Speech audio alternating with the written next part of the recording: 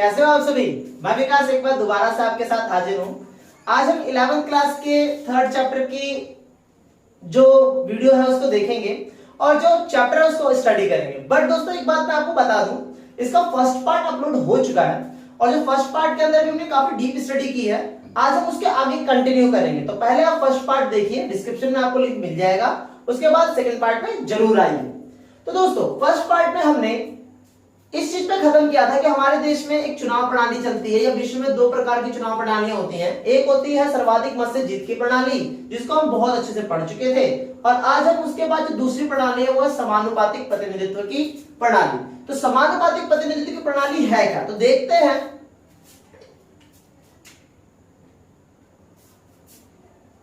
समानुपातिक प्रतिनिधित्व की प्रणाली क्या है। कुछ बेसिक टर्म्स देखते हैं कि बेसिक क्या है। अगर बेसिक समझ गए तो सबको समझ जाओगे। तो समानुपातिक प्रतिनिधित्व प्रणाली के अंदर जो चुनाव होता है वो चुनाव मूल रूप से होता है पार्टी का, ठीक है। दूसरा, हर पार्टी को अपना अपना प्रतिशत मिलता है, ठीक है। तीसरा, यह छोटे ही देशों में लागू होती है अधिकतर। कौन से देशों में लागू होती है? ये छोटे ही देशों में लागू होती है, ये बड़े देशों में लागू नहीं होती। ये आपको छोटे ही देशों में मिलेगी। मींस जब भी कभी समानुपातिक प्रतिनिधित्व की प्रणाली से किसी देश में चुनाव होगा तो वहां पे किसका चुनाव हो रहा है? पार्टी का चुनाव हो रहा है। पार्टी को जितने परसेंट वोट मिलेगा उतने ही परसेंट उसको क्या मिल जाएंगी? सीटें मिल जाएंगी, ठीक है। और यह मूलतः होते किस देश में है? ये छोटे देश में होते हैं। बट इसमें दो तरीके से आप मतलब इसको एक और तरीके से और भी देखा गया है कि कई बार ऐसा देखा जाता है कि भाई जब चुनाव होता है तो पार्टी क्या करती है? अपनी एक लिस्ट जारी कर देती है, ठीक है। अब लिस्ट जारी कर देने के बाद पार्टी को जितना परसेंट वोट मिला, मान लो कि 20 लोगों की लिस्ट थी ये, ठीक है, और पार्टी को वोट मिले 10% और उसके हिसाब से 10 लोगों को पार्टी भेज सकती थी। तो पार्टी ने 10 जो लोग थे वो अलग अलग क्षेत्रों के हिसाब से भेज दिए। बट कई बार देशों में यह भी देखा गया है, समानुपातिक प्रतिनिधित्व प्रणाली तो अपना ली, वोटिंग परसेंटेज भी वैसे रहता है कि भाई वोट जितने परसेंट आपको मिलेंगे उतनी परसेंट आपको सीटें मिल जाएगी। पर कई बार कई देशों में यह देखा गया है कि जब वे लोग अपने सदस्य को भेजते हैं तो वे लोग कई बार क्या कर देते? एक ही सीट के सारे सदस्यों को भेज देते। मींस कि मान लो कि 10 लोगों का नाम था तो 5 लोग ऐसे थे जो एक ही जगह से रहते थे। तो पार्टी कई बार ऐसा भी करती है कुछ देशों में कि अगर लिस्ट जितनी पार्टी को वोट मिले हैं, जितनी वोट के हिसाब से सीटें मिली हैं, वो क्या करते थे? एक ही जगह से उतनी सीटों के सदस्यों को भेज दिया करते थे और वे ही सदस्य सारी सीटों का देश का प्रतिनिधित्व करते थे। तो क्या होता है? दो तरीके की प्रणाली समानुपातिक में भी है। दोबारा बता रहा हूं, वोट हो जाने के बाद जितनी पार्टी को परसेंटेज मिलता है उतने ही परसेंटेज के हिसाब से उसको सीटें मिल जाती हैं। अब जितनी सीटें मिलती हैं पार्टी उस हिसाब से ये देखती है कि अगर हम इतने सदस्य भेज सकते हैं तो वह सदस्य पूरे क्षेत्र का प्रतिनिधित्व करते हो। पर दूसरी तरफ कई देशों में यह भी देखा गया है कि कई बार क्या हुआ है कि देशों में पार्टी को सीटें तो मिली परसेंटेज के हिसाब से, पर जब सीटें में सदस्यों को भेजने की बात आई तो सदस्य कई बार ऐसे देखे गए कि वो एक ही जगह से संबंधित होते हैं, बस उन्हीं सदस्यों को ये कह दिया जाता है कि आप पूरे देश का प्रतिनिधित्व करो। क्लियर? तो ये थी समानुपातिक प्रतिनिधित्व प्रणाली और सर्वाधिक मत से जीत की प्रणाली। हम इससे पहले के पार्ट में पढ़ ही चुके हैं। अब इसके बाद हम अगला क्वेश्चन देखते हैं जो बहुत ही इंपॉर्टेंट है। अगला क्वेश्चन क्या है निर्वाचन क्षेत्रों का आरक्षण। क्या है दोस्तों? निर्वाचन क्षेत्रों का आरक्षण। तो निर्वाचन क्षेत्रों का आरक्षण हुआ कैसे? तो हमारे देश के अंदर निर्वाचन क्षेत्रों का आरक्षण कैसे हुआ? निर्वाचन क्षेत्रों का आरक्षण। तो निर्वाचन क्षेत्रों का आरक्षण कैसे हुआ? तो मैं आपको बताता हूं। हुआ क्या, जब ब्रिटिश का टाइम चल रहा था तो ब्रिटिश के टाइम पर भी ये मांग उठी थी कि भाई जो निचले दर्जे के लोग हैं, निम्न जाति के लोग हैं, उनको राजनीति के तौर पर अधिकार मिलने चाहिए, चुनावों में भूमिका मिलनी चाहिए। तो ब्रिटिश ने इसके लिए क्या किया? एक पृथक निर्वाचन मंडल बना दिया। और इसको एक कार्य दे दिया कि आप इस बात को पता करो कि क्या देश के अंदर अगर SC ST को अगर सीटें देनी हो तो उसको कैसे दी जा सकती है। तो पथक निर्वाचक मंडल ने एक बात ये बताई कि देश में जहां पर भी SC और ST के समुदाय की जनसंख्या अधिक है उस सीट को ही हम किसके लिए आरक्षित कर देते हैं, SC या ST के लिए आरक्षित कर देते हैं। और दूसरी बात ये कह दी जिस समुदाय के लिए सीट आरक्षित होगी वही समुदाय केवल वोट दे पाएगा। अगर सीट SC की आरक्षित हुई है तो SC का ही व्यक्ति वहां पे जाके वोट दे पाएगा, ST या जनरल या OBC का नहीं देगा। तो ये ब्रिटिशों ने तय किया और तय किसने किया, पथक निर्वाचक मंडल ने। और जब क्षेत्र तय हुआ मतलब कौन सी सीट बनेगी, जो क्षेत्र तय हुआ उसको कहते हैं पृथक निर्वाचन क्षेत्र, पृथक निर्वाचन क्षेत्र कहते हैं उसको, ठीक है। अब इसके बाद जब देश आजाद हुआ तो देश की आजादी के बाद भारत ने भी बात करी कि क्या भारत ने भी ये कहा कि क्या SC और ST को आरक्षण मिलना चाहिए चुनाव के अंदर। तो भारत ने भी कहा कि हाँ भाई ये समाज के निचले तबके के लोग हैं इसीलिए इनको आरक्षण मिलना ही चाहिए। तो भारत ने भी इस पर बहस करी कि भाई कैसे दिया जाए। तो भारत ने ब्रिटिश का जो पहला वाला रूल था ये वाला कि जनसंख्या जहां पर ज्यादा होगी SC और ST की उसको आरक्षित कर दिया जाएगा। तो भारत ने ब्रिटिश का जो पहला रूल था जनसंख्या वाला वो तो ले लिया एज इट इज कि भारत में जहां पर भी SC और ST की जनसंख्या ज्यादा होगी उसको आरक्षित कर दिया जाएगा। पर दूसरा जो रूल था कि भाई जो सीट आरक्षित होगी उसमें केवल वही व्यक्ति वोट देगा। तो भारत ने जो दूसरा नियम था उसको ना स्वीकार करके ये कह दिया कि सीट भले ही SC की हो चाहे ST की हो पर जो वोट होगा वो कैसा होगा, सार्वभौमिक होगा। कैसा वोट होगा, सार्वभौमिक। तो हर एक पुरुष और महिला जो 18 वर्ष से ऊपर हो जाएगा वो वोट दे सकेगा। और जब हमारे भारत में व्यवस्था तय हुई तो इसको कहते हैं परिसीमन आयोग, ठीक है।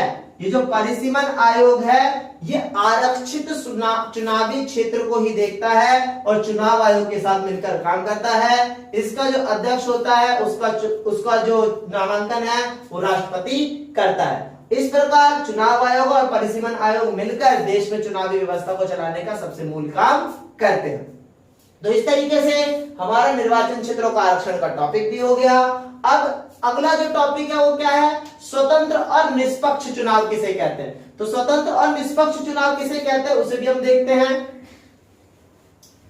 कि देखो विश्व के अंदर कई सारे देशों में चुनाव तो हो जाते हैं परंतु कई बार ये देखा जाता है कि उन देशों के जो चुनाव होते हैं वो प्रमाणित भी नहीं माने जाते।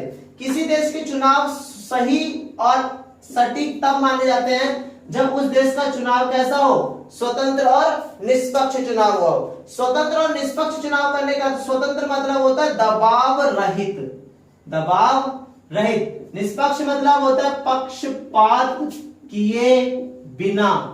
तो अगर जब देश में स्वतंत्र बिना किसी मतदाता को बिना किसी दबाव के वोट डालने का मौका मिलता हो और बिना किसी जाति धर्म पैसा लिंग संप्रदाय या किसी भी तरीके का बिना भेद का वोट होता हो तो उस देश में कैसे चुनाव स्थापित होते हैं, स्वतंत्र और निष्पक्ष चुनाव स्थापित होते हैं। तो टॉपिक काफी छोटा था बट अब इसके बाद सबसे इंपॉर्टेंट टॉपिक आएगा चुनाव आयोग। तो इसको थोड़ा सा हम ध्यान से देखेंगे कि चुनाव आयोग का जो टॉपिक है उसमें क्या क्या है।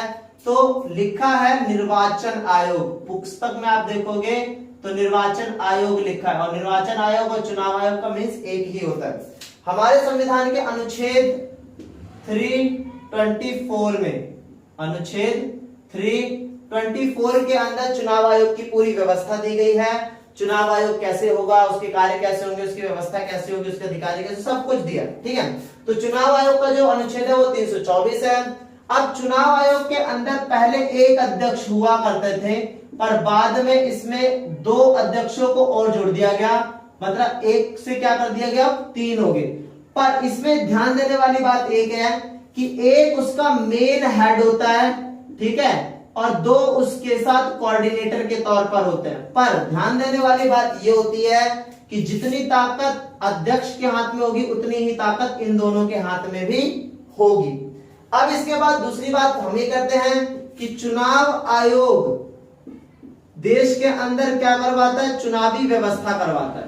परंतु एक बात ध्यान देने वाली बात यह है कि देश में चुनाव कराना कोई सीधी खीर नहीं है, बहुत टेढ़ी खीर है, क्योंकि देश में चुनाव कराना, इतने बड़े देश में चुनाव कराना एक छोटी सी संस्था मतलब चुनाव आयोग के अकेले बस की बात नहीं है। इसीलिए चुनाव आयोग क्या करता है, जब चुनाव करवा रहा होता है तो संघ मतलब केंद्र सरकार से और राज्य सरकारों से क्या लेता है, सहायता लेता है। आपने देखा होगा कि जब भी कभी देश में चुनाव होते हैं तो स्कूलों से काफी सारे टीचर चले जाते हैं, काफी सारे सरकारी डिपार्टमेंट से लोग जाते हैं ताकि देश में चुनाव कराया जा सके। और आपने देखा होगा कि जब चुनाव होते हैं तो मिलिट्री पुलिस वाले भी होते हैं। तो ये सब कहां से आता है, क्योंकि चुनाव आयोग के पास इतने अधिकारी नहीं है कि वो पूरी व्यवस्था को स्वयं से कर सके, इसीलिए वो केंद्र सरकार और राज्य सरकारों से क्या मांगती है, सहायता मांगती है। और जो भी अधिकारी उस समय चुनाव आयोग के पास पहुंचते हैं कार्य करने के लिए, चुनाव आयोग उस समय वे अधिकारी केंद्र और राज्य के नाम के चुनाव आयोग के अधिकारी हो जाते हैं। और अब चुनाव आयोग उनके साथ क्या कार्य करेगा, कितना वेतन देगा, क्या दंड देगा, वो सब चुनाव आयोग पर ही निर्भर करता है। इस तरीके से चुनाव आयोग क्या करता है, केंद्र सरकार और राज्य सरकारों की सहायता लेके देश में पूरा चुनाव करवाता है। फिर इसमें एक प्रश्न आ जाता है कि चुनाव आयोग के कार्य क्या है। ध्यान देने वाली बात यह है, एक बात और इसमें मैं बता देता हूं, चुनाव आयोग का जो अध्यक्ष होता है उसको कौन नामांकित करता है, राष्ट्रपति। ध्यान रखना, चुनाव आयोग का जो अध्यक्ष होता है वो राष्ट्रपति को नामांकित करते हैं। और पहले चुनाव आयोग के अधिकारी कौन थे, अध्यक्ष कौन थे, सुकुमार सेन। ध्यान रखना, पहले चुनाव आयोग के जो अध्यक्ष थे वो थे सुकुमार सेन। और अभी जो है वो है अनिल अरोड़ा। ध्यान रखना, अनिल अरोड़ा अभी वर्तमान के चुनाव आयोग के अध्यक्ष हैं। बढ़ते हैं अपने अगले फैक्ट की तरफ, बढ़ते हैं, देखते हैं कि इसके बाद अगला टॉपिक क्या है। अब इसके बाद हम बात कर रहे थे कि चुनाव आयोग के कार्य क्या है। भाई चुनाव आयोग के कार्य भी बहुत इंपॉर्टेंट है, काफी बार प्रश्न आता है 6 नंबर में कि चुनाव आयोग के कार्य क्या है। तो चुनाव आयोग के कुछ लिमिटेड कार्य, पहला चुनावी सीमाएं तय करना, चुनावी सीमाएं तय करना, ठीक है। दूसरा चुनाव की तारीख की घोषणा करना, ठीक है। चुनाव चिन्ह देना, चुनाव चिन्ह देना। फोर्थ मतगणना करना, मतगणना करना। चुनाव परिणाम घोषित करना, चुनाव परिणाम घोषित करना, घोषित करना। और लास्ट में चुनावी आचार संहिता लागू करवाना, चुनावी आचार संहिता लागू करवाना, ठीक है। ये सारे कार्य कौन करता है, चुनाव आयोग करता है। और भी बहुत सारे काम है। और इसके बाद आखिरी जो एक प्रश्न आपसे पूछ लिया जाता है कि चुनाव आयोग के सामने काफी सारे सुधारों की मांग भी की जा रही है, तो चुनाव आयोग को किन किन तत्वों पर सुधार करना चाहिए। तो चुनाव आयोग को किन किन तत्वों पर सुधार करना चाहिए, एक बात ध्यान दे देते हैं सुधार की तरफ। तो सुधार की तरफ तो सबसे पहले बहुत सारे लोगों का अब मत ये कहा जाता है कि देश में अब समानुपातिक प्रतिनिधित्व की प्रणाली को अपनाना चाहिए, प्रणाली को लाना चाहिए। काफी सारे विचारक अभी मानते हैं। दूसरा धर्म जाति लिंग के आधार पर जो वोट होते हैं उसको मना करना चाहिए। महिलाओं की भूमिका बढ़नी चाहिए, भूमिका बढ़नी चाहिए, ठीक है। साथ ही साथ बजट, चुनावी जो बजट होता है उसको निश्चित कर देना चाहिए कि भाई कोई पार्टी कितना पैसा खर्च कर सकती है। साथ ही साथ चुनाव आयोग को अब इस बात पर भी ध्यान देना चाहिए कि चुनावी आचार संहिता सही तरीके से लागू हो। चुनावी ये आप ऐसे, ये अगला और लिख सकते हो कि शिक्षा, मतलब चुनाव में जो भी व्यक्ति खड़े होते हैं, जो भी उम्मीदवार खड़े होते हैं, उनकी शिक्षा भी सभी के सामने रखी जानी चाहिए। तो इस तरीके से हमारा चैप्टर हो जाता है पूरा। हमने जितने भी इंपॉर्टेंट क्वेश्चंस थे उतना सब कुछ किया। 2 पार्ट्स में पूरा ये चैप्टर है। फर्स्ट पार्ट डिस्क्रिप्शन में आपको लिंक मिल जाएगा, सेकंड पार्ट आपके सामने ही है। और जितने भी इंपॉर्टेंट टॉपिक्स थे, जितने भी इंपॉर्टेंट प्रश्न थे, हमने समझे करे हैं। और आई होप आपको बिल्कुल चैप्टर क्लियर हो गया होगा। अगर आप हमारे चैनल पे न्यू व्यूअर हो तो आपको चैनल सब्सक्राइब जरूर करना चाहिए ताकि आपको वो मिले जो कहीं भी नहीं मिल रहा है। साथ ही साथ अब हम आपके साथ फेसबुक पर भी हैं और साथ ही साथ इंस्टाग्राम पर भी हैं, वहां पे भी आप हमें फॉलो करें ताकि आपको वहां पर भी नोटिफिकेशन मिलती रहे। और अगर आपको कोई क्वेरी है, अगर आपको कोई समस्या है, कोई क्वेश्चन है, तो कमेंट सेक्शन में आप अपना क्वेश्चन जरूर बताएं। इसी के साथ टाटा बाय बाय, मिलते हैं अगले चैप्टर के साथ और अगले वीडियो के साथ।